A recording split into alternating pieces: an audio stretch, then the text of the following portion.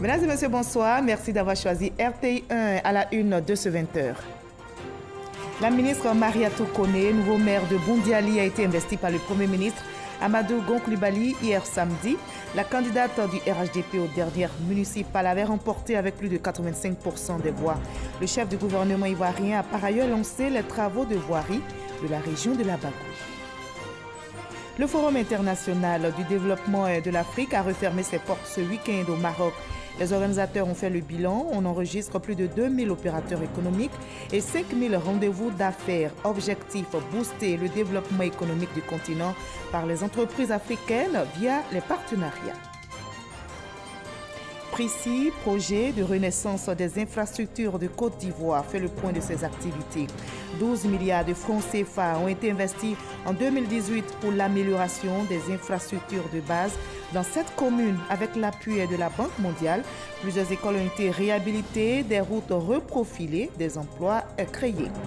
En Algérie, malgré la décision du président Bouteflika de ne pas briguer un 5e mandat, les manifestations se poursuivent aussi bien à l'intérieur du pays qu'à l'extérieur. Pour le 4e dimanche consécutif, la diaspora algérienne s'est réunie ce 17 mars, place de la République, à Paris. Soyez les bienvenus sur RTI 1. Nous commençons tout de suite par l'intérieur du pays où ce samedi 16 mars, la ministre Mariatou Koné, nouveau maire de Boundiali, a été investie par le Premier ministre Amadou Gon Coulibaly. La candidate du RHDP aux dernières municipales a été portée à la tête de la commune de Boundiali avec plus de 85% des voix. Après l'investiture, le chef du gouvernement ivoirien a lancé les travaux de voirie de la région de la Bagoue à Mississauga.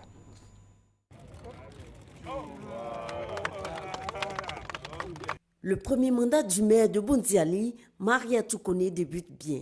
Sa ville vient de bénéficier de 8 km de bitume de la part du gouvernement le jour même de son investiture. Ce sont 24 km prévus pour la région de la Bagoue. Les travaux sont lancés par le Premier ministre Amadou Gon Coulibaly. Stade Lowaro de Boundiali. Ce samedi, Mariatou Koné est officiellement investie maire de la commune. La première femme maire depuis 39 ans.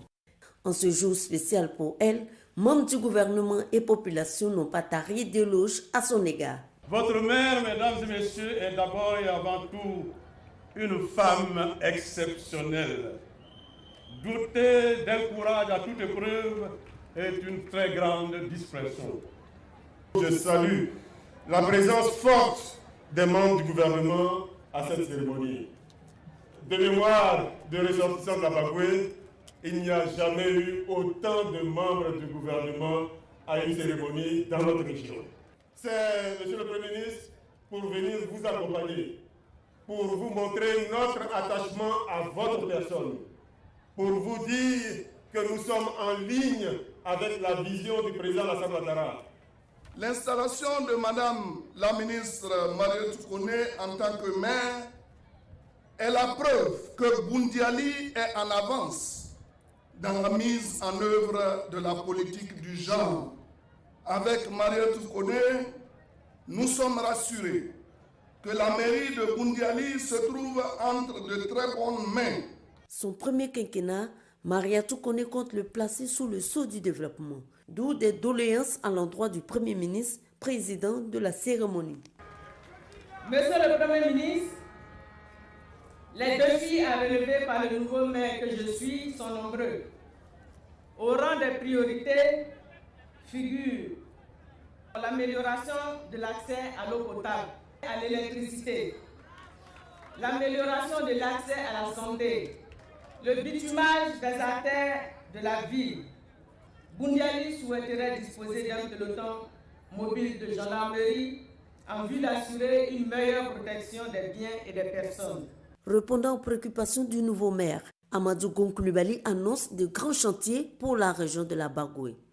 Le président de la République, son Excellence Alassane Ouattara, me demande de vous annoncer à vous, population de la Bagoue, que 24 km de bitume en termes de voirie seront réalisés dans l'ensemble de la région de la Bagoue. Il me charge également de vous dire que vous avez vu certes passer une ambulance où il est écrit hôpital général de Boundiali. Mais nous allons bientôt lancer les travaux du centre hospitalier régional de Boundiali. Boundiali aura son CHR. Nous allons également lancer les travaux de l'hôpital général de Kouto. Et tous ces travaux seront achevés au plus tard, septembre 2020. Je peux prendre ici l'engagement au nom du chef de l'État et du ministre d'État, ministre de la Défense, que Boundiali aura son peloton mondial de gendarmerie. À cette cérémonie d'investiture, le chef du gouvernement a aussi mis en exergue la vision du RHDP. Le RHDP, c'est la mise en œuvre sur la période 2019-2020, suite aux instructions de son Excellence, Monsieur le Président de la République, d'un programme social de 727 milliards de francs CFA. Le choix de Boundiali a été clair, sans ambiguïté et sans nuance. Oui, chers frères et sœurs, vous avez démontré que non seulement vous avez entendu l'appel du président de la République, mais mieux, que vous y adhérez fortement. Avec la présence massive des membres du gouvernement à ses côtés, le maire Mariatou Koné peut désormais compter avec eux pour donner un visage reluisant à sa commune. Et depuis Boundiali, le chef du gouvernement ivoirien a appelé à la paix et au rassemblement des Ivoiriens. Dans son adresse aux populations est venue pour l'investiture du nouveau maire de Boundiali. Le Premier ministre Amadou Gon Coulibaly a invité les acteurs politiques et toutes les couches sociales à tremper leurs plumes dans l'encre de la paix pour le développement de notre pays. On retrouve notre reporter Ami Sissoko. Lors de son intervention à l'investiture du maire de Boundiali, Mariatou Koné, le samedi 16 mars, le Premier ministre Amadou Gon Coulibaly souligne que l'ambition du RHDP est d'apporter le développement, le bien-être et la paix à la Côte d'Ivoire. Pour ce faire, et face à une scène politique dominée par les dérives, le président du directoire du RHDP invite les acteurs politiques et l'ensemble des Ivoiriens à plus de retenue, aussi bien dans leurs propos que dans leurs actes. Aux acteurs politiques de l'opposition, je dis bien, des plus jeunes aux plus âgés, je les invite à plus de responsabilité dans leurs propos. Pour ceux qui sont si pressés de voir des duels politiques, je leur demande d'être simplement patients. Il y a un temps pour tout. Il y a un temps pour tout.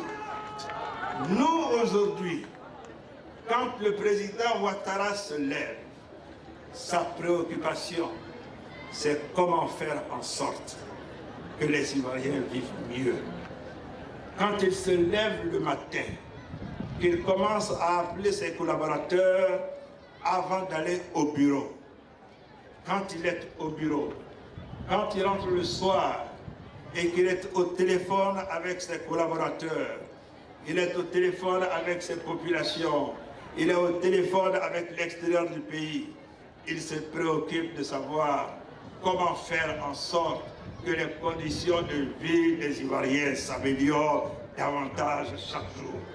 Il se pose la question de savoir est-ce que les prix d'achat qui ont été fixés pour le cacao, pour l'anacarde, pour les paysans, sont-ils respectés? Ceux qui attendent les duels, le temps des duels qu'ils veulent va arriver. Le temps des duels qu'ils veulent va arriver. 2020, c'est bouclé. Oui, et c'est pour cela que moi je vous demande à vous tous, soyez zen. Soyez zen. Pour la préservation de la paix et de la cohésion sociale, le RHDP prône le vivre ensemble. La paix également prônée dans les régions de la Maraoué et de Mzi. La délégation du ministre Amédée Kouakou poursuit sa tournée d'explication des idéaux de paix et de rassemblement promus par le RHDP. Dans la région de Mzi, vous allez le voir, l'émissaire du RHDP a échangé avec plusieurs leaders de communautés, dont 105 chefs traditionnels. L'étape de Dimokro, après Boisflé, rapporté par Léon Brou. Ils sont venus de Kwasi-Kwasi-Kro, Bokanda et Dembokro. 105 chefs traditionnels, représentantes de femmes et présidents de jeunes de la région du Nzi n'auront pas boudé cette rencontre, eux dont les sentiments de lutte pour ou contre la disparition du PDCI-RDA ou encore de velléité de retour au parti unique, inspirés par les récents développements de l'actualité politique nationale, ont été clarifiés par la mission d'explication du RHDP. Pour Amédée Kouakou et sa délégation, le parti fondé par le président Alassane Ouattara en janvier dernier est le creuset des héritiers de Félix Houphouët-Boigny, ceux de ces Ivoiriens épris de paix. Les Ivoiriens adhèrent à ce parti, qui est donc un parti qui prend les idéaux de paix, les idéaux de cohésion, les idéaux de rassemblement. Mais pourquoi les Ivoiriens donc adhèrent au RHDP? Les Ivoiriens adhèrent au RHDP parce que lorsque tous les Ivoiriens sont ensemble, on peut donc avoir le développement, c'est-à-dire avoir des routes, avoir des écoles, avoir des centres de santé, avoir l'électricité, et avoir le minimum vital. Le président de la République, le président Alassane Ouattara, a souhaité que la Côte d'Ivoire devienne un pays émergent. Et ce pays-là, on peut l'avoir que si la Côte d'Ivoire est véritablement en paix. D'indiquer que les 8 ans de progrès impulsés à la Côte d'Ivoire par le président Alassane Ouattara est le fait de la paix retrouvée, notamment entre les oufouettistes. Amédée Kouakou est rejoint par les chefs coutumiers du Nzi et leurs pères de Tiébissou et Toumoudi sur la nécessité de consolider cette paix. Tous souhaitent la réconciliation entre le chef de l'État Alassane Ouattara et son aîné Henri Konan Bédié. Force 2015 est aussi sur le terrain pour parler d'union et de cohésion sociale. Sur initiative du député de Saint-Fra Sidibé Lamine, le président des Forces 2015, Charles Niaouré, a échangé avec les populations sur les idéaux du RHDP. Il a par ailleurs rencontré les responsables locaux du Rassemblement des Oufouettistes pour la démocratie et la paix de Port-Boué à Abidjan. On fait le point de toutes ces rencontres avec Abou Sanogo. Une rencontre initiée par le député de Saint-Fra Sidibé Lamine. Il s'agit pour lui d'une rencontre de restitution des activités de l'Assemblée nationale à ses mandats. Invité spécial de ce rendez-vous, le député Charles Niaouré, initiateur de l'opération 2020 s'est bouclé. Aux populations de Saint-Fra composées en majorité de chefs traditionnels, de chefs de communauté et de militants du RHDP, le Rassemblement des Oufouettistes pour la démocratie et la paix, Charles Niaouré a appelé à la cohésion, à l'union et au travail. Le RHDP, c'est plus de 70% de l'électorat ivoirien. C'est pour ensemble voir l'intérêt de la Côte d'Ivoire. Mais cela commence par l'union des cadres. Travaillons à être ensemble. Travaillons à être unis. Et je voudrais compter sur les jeunes. Je voudrais compter sur nos mamans. Un appel à l'unité salué par l'ensemble des participants. On a notre salut que dans l'union, tout le monde part convaincu que, en tout cas, le RHDP, c'est la Côte d'Ivoire d'aujourd'hui, mais c'est également la Côte d'Ivoire de demain. Après Saint-Fra, le député Charles Niaouré s'est rendu dans la commune de Port-Boué pour sonner la mobilisation autour du RHDP et installer la coordination Force 2015 de cette commune. Les cadres les plus présents sur le terrain au niveau de cette formation politique sont avec le président de la République et son premier ministre. Et ils sont tous d'accord avec la vision du chef de l'État, tout ce qui est gage de permettre à ce pays de croire en l'émergence et au développement pour tous. Le RHDP aujourd'hui est devenu une force politique. Nous ne pouvons qu'adhérer à ce RHDP-là parce que nous voulons la paix en Côte d'Ivoire et surtout le développement pour notre pays. Après Saint-Fra et Port-Boué, la caravane conduite par Charles Niaouré entend aller à la rencontre des populations sur l'ensemble du territoire national pour les inviter à adhérer massivement au RHDP.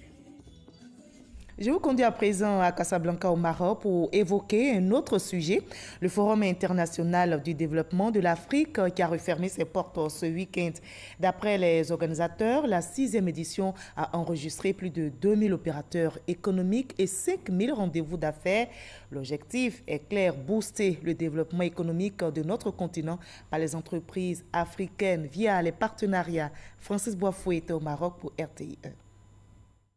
Plus de 5000 rendez-vous B2B dans les secteurs agroalimentaires, travaux publics, commerce et distribution, énergie, transport et logistique entre 2000 opérateurs économiques.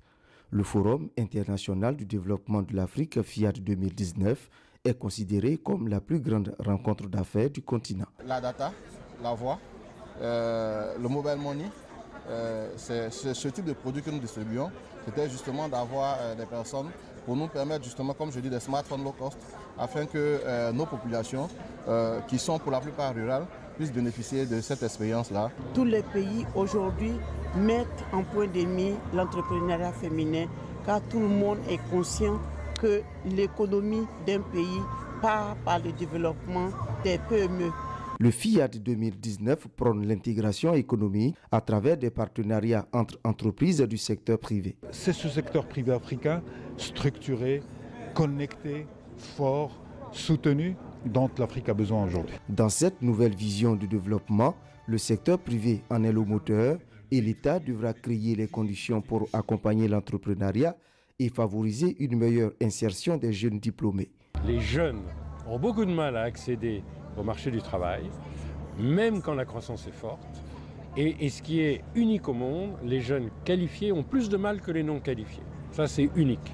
Et c'est quand même un problème social et ça va devenir très vite un problème politique. Pour accompagner l'État, du moins pour soutenir l'initiative privée en Afrique, la Fondation Almada a décerné des trophées à 3 jeunes entrepreneurs et à 3 entreprises dont le modèle économique repose sur l'intégration africaine, c'est-à-dire des entreprises qui se développent dans plusieurs pays africains et qui emploient la main-d'œuvre locale. Sur place ici à Abidjan, Prissy, le projet de renaissance des infrastructures du Côte d'Ivoire a fait le point de ses activités. 12 milliards de francs CFA ont été investis en 2018 pour l'amélioration des infrastructures de base dans 7 communes avec l'appui de la Banque mondiale. Plusieurs écoles ont été réhabilitées, des routes reprofilées, des emplois créés. On en sait plus avec Konaté Moussa. Des bâtiments entièrement rénovés au groupe scolaire Sikoji dans la commune de Port-Bouy. Une action du Prissy, le projet de renaissance d'infrastructures de Côte d'Ivoire. Le même constat est fait dans 3 autres écoles de la commune. Une initiative pour offrir un cadre agréable à l'apprentissage. Avant la réhabilitation, le plancher de certaines classes était dégradé. Il y avait des trous, des fissures dans certains murs dans les classes. On avait des problèmes d'électricité pratiquement dans toutes les classes. Les latrines étaient pratiquement inutilisables. Autre lieu, au nord du pays, dans la commune de Korogo, les chantiers réalisés par le Prissy sont bien visibles. Voies reprofilées, nettoyage des rues, l'abattoir de la ville réhabilité. Avant, l'enceinte était ouverte. C'est dans le cadre de ce projet-là que nous avons construit cette clôture-là. Voilà, donc en plus de la clôture, on a fait des travaux en interne. Ces réalisations du Prissy s'inscrivent dans le cadre du programme d'entretien communal. Il s'agit d'aider les collectivités dans l'amélioration des infrastructures de base. Selon un dernier bilan en 2018, 12 milliards de francs CFA ont été investis. Nous avons pu reprofiler plus de 30 km de route dans les différentes communes. Nous avons réhabilité environ 40 groupes scolaires. En termes de nettoyage des caniveaux, nous avons nettoyé environ 3000 mètres linéaires de caniveaux. Et ce projet a eu également un impact sur la jeunesse, puisqu'il a permis d'offrir de l'emploi environ à 10 000 jeunes. Au total, 7 localités sont bénéficiaires de cet appui aux communes. Korogo, Daloa, Boaké, San Pedro, Koumassi, Port-Bouy et Yopougon. Ces collectivités sont invitées à préserver les acquis de ce projet. C'est des contrats qui sont signés avec les collectivités territoriales pour la mise en œuvre de ce projet. Nous avons invité les communes à continuer de travailler de sorte que les ressources des partenaires, des ressources qui sont mises en place dans les collectivités territoriales soient gérées dans la rigueur. Le projet de renaissance d'infrastructures de Côte d'Ivoire a été mis en place en 2012 avec un financement conjoint de l'État de Côte d'Ivoire et la Banque mondiale à hauteur de 100 milliards de francs CFA. Le programme d'entretien communal du Prissy est prévu s'étendre à plusieurs autres communes du pays. Et au niveau de la salubrité, les lignes bougent très vite. L'opération Grand Ménage se poursuit sur le terrain. La ministre de l'Assainissement et de la Salubrité était pour la 25e édition à Assini. La ministre Anne-Désirée Ouloto a lancé un appel aux populations pour assainir leur cadre de vie pour un bien-être. Grâce Kanto.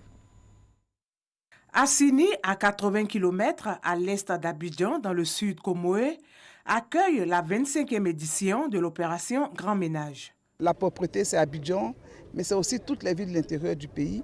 Et Assini ne veut pas rester. Donc en marge de ce processus-là. Nous avons eu des difficultés, notamment la propreté du bord de mer, avec le maire, ce bord de mer qui est agressé donc tous les jours par des algues, mais également par des déchets plastiques qui sont donc rejetés par la mer tous les jours. C'est une problématique globale et nous comptons l'adresser donc en liaison avec le ministère de l'Environnement. Ensemble, gardons Assini Mafia propre, belle et saine.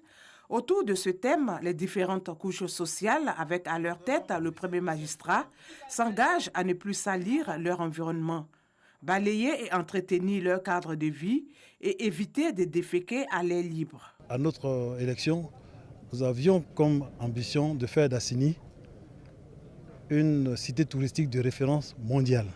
Et pour cela, il faut que la ville soit verte, elle soit propre, elle soit saine. Et que chaque Assinien sache qu'en préservant Assini, on préserve notre patrimoine, notre bien, parce que c'est notre environnement qui est notre richesse. Nous allons sensibiliser nos habitants et tout pour que la propriété vraiment rime dans nos villages. Comme à l'accoutumée, un comité de salubrité a été installé. Sa mission, maintenir le cap de la propriété dans les différents quartiers et villages d'Assini.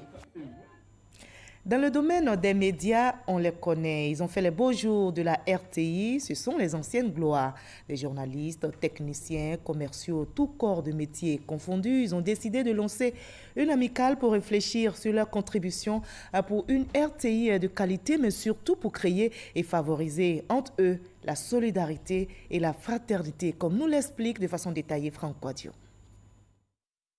Ils sont venus d'horizons divers. Eux, ce sont les anciennes gloires de la radio et de la télévision ivoirienne à la retraite. Ils sont issus de toutes les générations et de tous les corps de métier. Journalistes, animateurs, producteurs, réalisateurs et techniciens. Au cours de cette assemblée générale ordinaire, ils ont jeté les bases de la création d'une amicale dédiée aux anciens. Cette grande maison a toujours fait en sorte que tous les événements nationaux dans ce pays soient connus de chaque citoyen. Cependant, ceux qui sont derrière les micros, derrière les caméras, n'ont jamais été à l'honneur, surtout à la fin de leur vie.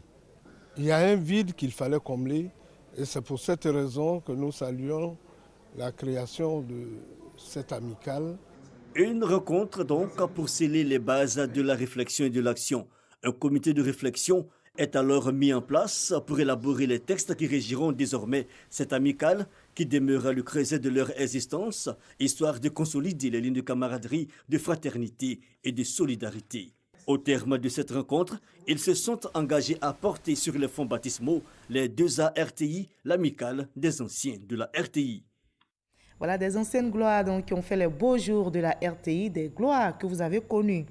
C'est bientôt la fête de Pâques dans le V-Baoulé, situé dans la partie centre de la Côte d'Ivoire. Et ce moment appelé en pays baoulé Pakinou met l'accent sur le développement. À Yamoussoukro, le conseil municipal a lancé pour la 6e année consécutive Pakinou Festival, prévu du 13 au 21 avril prochain. Kadès Sogodogo. Rendez-vous culturel incontournable dans les régions centres de la Côte d'Ivoire, Pakinou est un moment de retrouvailles pour parler de développement. À Yamoussoukro, à l'initiative du maire Jean Kwaku Nyanangwe et de son conseil municipal, se tient depuis maintenant 6 ans Pakinou Festival. Objectif, développer l'industrie touristique à travers un programme alléchant basé sur la richesse culturelle tant dans la commune que dans les villages. L'édition 2019 est dédiée à l'environnement. Le conseil municipal a décrété l'année 2019 année de la propriété du cadre de vie. Beaucoup d'activités seront menées au cours de cette année pour que notre environnement social, notre environnement de vie soit meilleur. Nous entendons instaurer une lutte implacable contre la saleté et les ordures. Et ce concours que nous allons mettre en œuvre dans quelques semaines participera de la sensibilisation. Le ministère du Tourisme, à travers sa direction régionale, assure le commissariat général du Pakinou Festival 2019. Débuter de façon embryonnaire dans la cour, sous les arbres ici, petit à petit, comme on le dit, l'oiseau faisant son nid. Pakinou a fait son nid, a mué doucement pour devenir aujourd'hui Pakinou Festival de Yamoussoukro. Circuit touristique, concerts, parades, expositions, actions sociales, sport et surtout les concours Black Laman pour magnifier la beauté de la femme et Mami Aliefé côté culinaire vont meubler le programme du 13 au 21 avril 2019.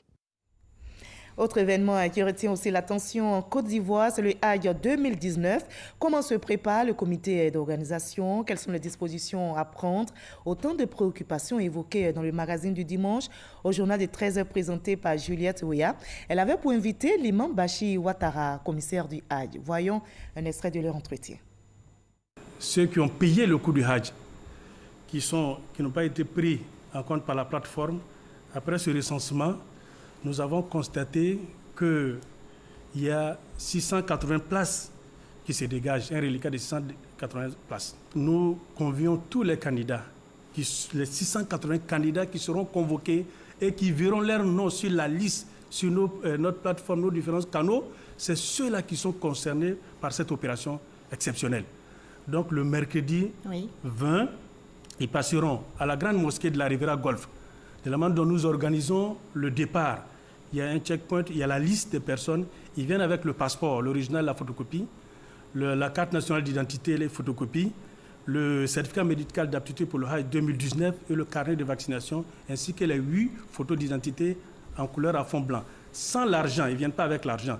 Ils viennent pour le retrait d'une autorisation spéciale pour le paiement du coût des Hajj qui va se faire dans les trésoreries dédiées à cet effet. Donc, nous demandons à tous les candidats qui sont concernés par cette opération de venir à la Grande Mosquée. Ceux qui ne seraient pas appelés, de rester à l'écoute. Les musulmans de la ville de Tabo, dans l'Agnébi-Tiassa, sont heureux. Leur mosquée a été rénovée. C'est une action du ministre de la Culture et de la Francophonie, Maurice Bandaman. L'édifice a été inauguré en présence de plusieurs personnalités politiques, administratives et religieuses. Franck Quadio. Un nouveau visage pour la mosquée centrale de Tabo. Nous sommes dans l'Agnébi-Tiassa. L'initiative est du ministre de la Culture, mais aussi fils de la région, Maurice Bandaman. À ses côtés, le représentant du président du conseil régional du Tchologo, Birahima Tene Ouattara, et de COSIM, Conseil supérieur des imams, El Hadj Sissi Djigiba, un lieu de prière rénové. Au-delà de l'acte citoyen et de générosité, c'est tout un message. Que chaque jour que Dieu fait est pour la paix en Côte d'Ivoire. Ce train dont je disais que le premier président a construit, ce n'est pas autre train, c'est le train de la paix, de la cohésion et de vivre ensemble. Avec toutes les prières qui ont été faites, moi en tant que simple enfant devant nos pères spirituels, les imams qui s'adressent mieux à Dieu, je ne ferai que dire merci à Dieu de nous rassembler sur cette terre de Côte d'Ivoire. De faire en sorte que les lieux de rassemblement pour la paix se multiplient. Faire de ce lieu de prière un havre de paix et de promotion du vivre ensemble, l'essentiel du message du représentant du Conseil supérieur des imams, COSIM. La mosquée est tout un symbole. C'est la maison du Créateur du monde, la maison de Dieu. Et au sein de cet édifice, inviter les imams, inviter les fidèles, que nous sommes nombreux dans la diversité. Un moment important, la visite de la mosquée centrale de Tabo, qui a désormais de nouvelles commodités pour accomplir sereinement l'acte de prière. Un appel au fils de la région à poser des actions pour le renforcement de la foi, un important moyen pour prêcher la cohésion dans toutes les localités. Hors de la Côte d'Ivoire, malgré la décision du président Bouteflika de ne pas briguer un 5e mandat présidentiel, les manifestations se poursuivent aussi bien à l'intérieur du pays qu'à l'extérieur. Pour le 4e dimanche consécutif, la diaspora algérienne s'est réunie ce 17 mars, place de la République à Paris. Je vous propose le reste de l'actualité à l'étranger dans le 7 sur 7. Voyons ce qui a marqué l'actualité internationale cette semaine avec Woyontele Soro et Herman Guivé.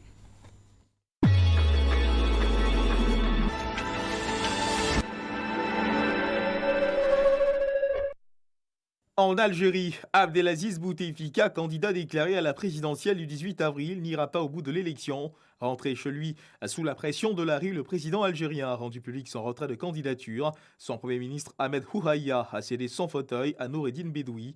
La date de l'élection reportée, la réforme du système politique se fait progressivement et prend en compte la révision de la Constitution. Les Boeing 737 MAX sont interdits de vol dans plusieurs pays d'Europe, en Asie puis aux États-Unis. Décision prise par ces pays à suite au crash d'un avion de ce même type sur un vol d'Ethiopian Airlines. Une mesure prise pour faire la lumière sur les éventuels problèmes de conception de l'appareil. Le président directeur général de Boeing, Dennis Muilenburg, a renouvelé sa confiance totale en la sécurité du 737 MAX. Les députés britanniques ont approuvé la forme de sortie du Royaume-Uni avec accord. La proposition du Brexit conclue par Theresa May ayant été une nouvelle fois rejetée. 2 possibilités de relais s'offrent aux pays sortants. Si l'accord de retrait de l'Union européenne de Theresa May est validé par le Parlement britannique dans un temps limité au 20 mars prochain, le 29 mars 2019 sera maintenu comme jour officiel de la séparation. Au-delà de cette limite, il faudra attendre le 30 juin 2019. Le Kenya abrite le 3e sommet de la planète sur l'environnement. Au menu du sommet figure le déblocage de financements en faveur de la lutte contre le changement climatique. À ce sommet, des acteurs économiques engagés pour la cause environnementale sont présents. L'enveloppe financière de la Banque africaine de développement dévolue à cette édition a doublé. Le montant est chiffré à 25 milliards de dollars. Au Nigeria, le bilan de l'effondrement à Lagos d'un immeuble abritant une école maternelle et primaire est monté à 20 morts. Un précédent bilan officiel faisait lui état de 9 morts. Le drame, rappelons-le, a suscité une immense indignation. Le bâtiment en question devait être démoli depuis 2017.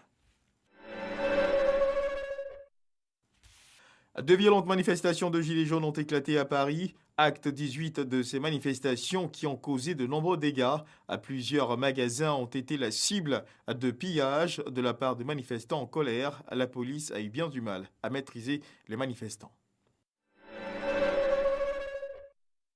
L'Australien Brenton Tarrant, qui s'était attaqué à 2 mosquées de Christchurch et qui avait été arrêté la veille, a été présenté devant le tribunal. Il est suspecté d'être l'assassin de 50 personnes dans la ville sur l'île du sud de la Nouvelle-Zélande. Il détenait un permis de port d'armes et 5 armes à feu au moment de l'attaque du vendredi. La première ministre néo-zélandaise Jacinda Ardern a déclaré que les lois du pays sur les armes changeront. De nombreux habitants de Christchurch ont recommencé à sortir de chez eux pour aller à déposer des fleurs près du lieu qui a été la cible de l'attaque. Dans tout le pays, un élan de solidarité interconfessionnelle a été observé.